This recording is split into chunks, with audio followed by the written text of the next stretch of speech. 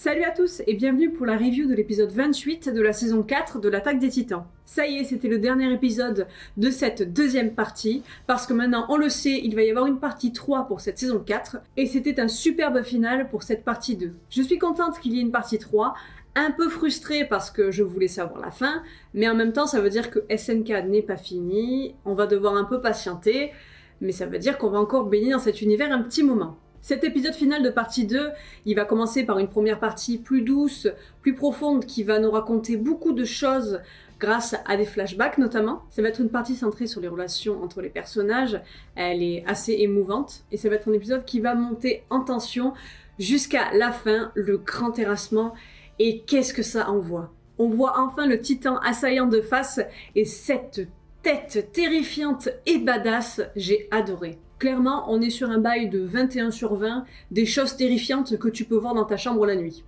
Donc on revoit enfin Eren dans cet épisode, ça fait du bien grâce à des flashbacks importants et cette forme finale. Mais on va tout de suite parler de l'épisode plus en détail. On a donc ce flashback de nos personnages qui arrivent pour la première fois sur le continent. Ils arrivent en mode touriste, tout content, on va à Disney, c'est cool. Et c'est pas mal de comparer cette arrivée pacifiste avec celle plus tard d'Eren, qui l'est un peu moins.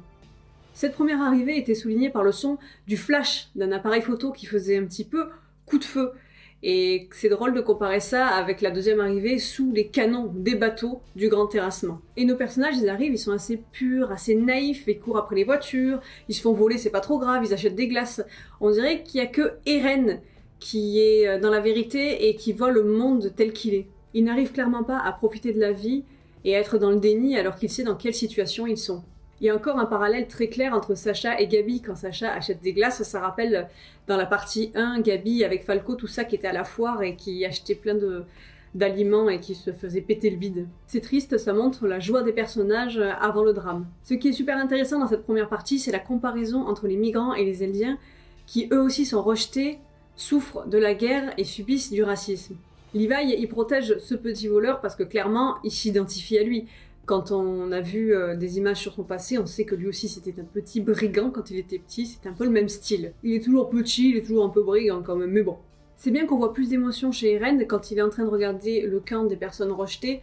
On voit clairement qu'il est en train de pleurer parce qu'il sait très bien que eux aussi vont se faire écraser. Et c'est un peu le cercle quoi, lui aussi...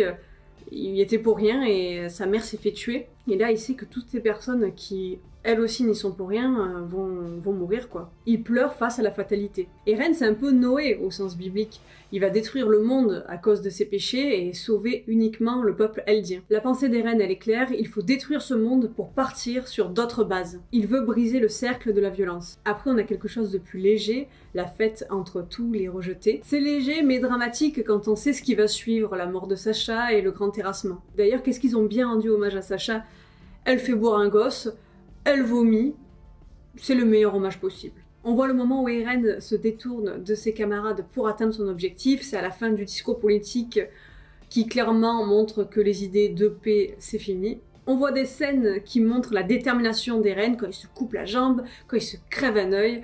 Il va tout faire pour sauver les gens qu'il aime. Et c'est pour ça que j'adore ce personnage, il est tellement complexe, tellement badass. À la fin, on voit que la plus grosse armée humaine n'arrive pas à arrêter le grand terrassement. Et c'était vraiment épique cette scène, voir les titans qui arrivent dans la mer, c'était incroyable. Et j'ai adoré le clin d'œil à Terminator 2, ce clin d'œil au rêve de Sarah Connor qui avait un cauchemar par rapport à la menace nucléaire. Et là, t'as un mec qui se fait liquéfier, ébouillanté voilà, par le souffle des titans, et encore une fois il y a le parallèle avec le danger du nucléaire, le danger écologique, les humains qui vont se retrouver débordés par quelque chose de beaucoup plus gros qu'eux. Cette fin nous laisse sur notre fin, c'est le cas de le dire parce qu'il va y avoir une partie 3. J'ai adoré cette saison, j'ai adoré ce final, j'ai hâte de voir la suite, il va falloir patienter 1 an, mais on va patienter.